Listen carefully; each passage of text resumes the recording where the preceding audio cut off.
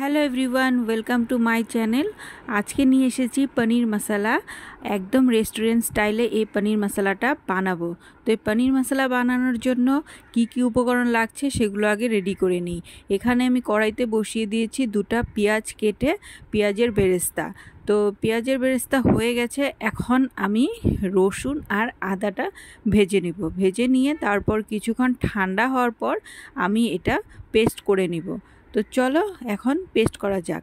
তো এখানে আমার হাজব্যান্ড মিক্সার গ্রাইন্ডারে ব্লেন্ড করে দিল পেঁয়াজ বেরেস্তাগুলো, আর এখানে দুটো মাঝারি সাইজের টমেটো পেস্ট করে দিল। তো চলো এখন আমি পনিরগুলো ভেজে নিই। তো ওই পনিরগুলো ভাজতে আমি এখন রাইস ব্র্যান অয়েলে ভাজছি, আর সম্পূর্ণ রান্নাটা আমি রাইস ব্র্যান অয়েলেই করব।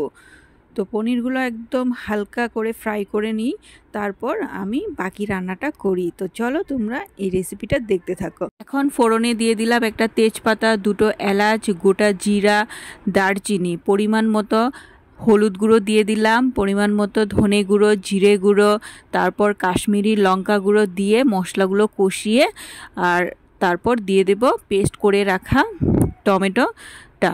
তো পেস্ট করে রাখা টমেটোটা দেওয়ার পর কিছু সময় নাড়াচাড়া করে মশলাগুলো ভালো করে কষিয়ে একটু ঢাকনা দিয়ে ঢেকে দেব 5 মিনিট।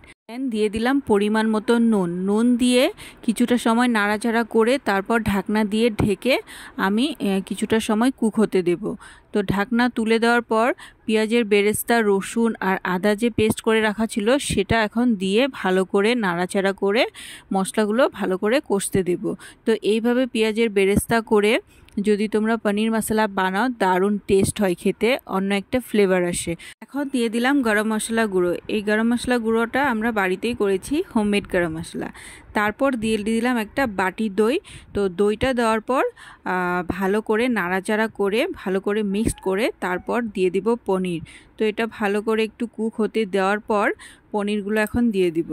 তো এই যে ভালো করে আমি এখন এটা নাড়াচাড়া করে মিশিয়ে নিলাম, তারপর পনিরগুলো দিয়ে দিলাম। তো পনিরগুলো দেওয়ার পর এগুলো ভালো করে মিশিয়ে তারপর পরিমাণ মতো জল দিয়ে দেব।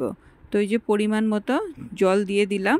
জল দেওয়ার পর এটার মধ্যে দিয়ে দিলাম কিছুটা কাঁচা লঙ্কা চিড়ে, তারপর ঢাকনা দিয়ে কিছুটা সময় বয়েল হতে দেব। বয়েল হওয়ার পর এখন তুলে দিলাম। তুলে দেওয়ার পর now ready to eat restaurant style paneer masala recipe.